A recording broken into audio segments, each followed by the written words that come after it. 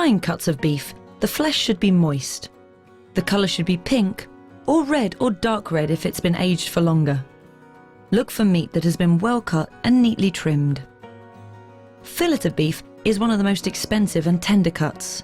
It's cut from the centre of the sirloin, along the back of the animal, which doesn't get worked hard, so there will be very little fat on the outside of the cut, as well as minimal marbling in the meat.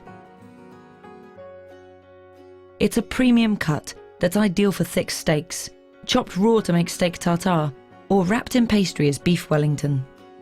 Brisket comes from the breast of the animal and is a fatty, tougher cut of meat.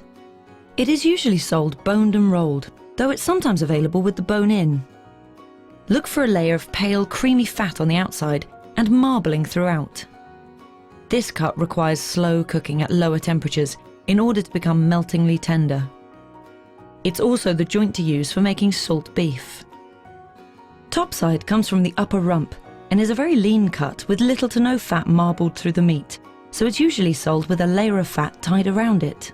Topside can either be diced and braised, or it can be roasted and served cold, thinly sliced. Rib of beef is an expensive cut, but is thought of by butchers as the king of roasting joints.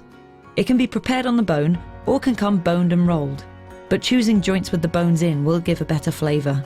Make sure the meat has a good layer of fat on the outside and lots of marbling throughout to keep it moist. It is at its peak when well aged, so look for meat that is dry to the touch and dark red on the outer side.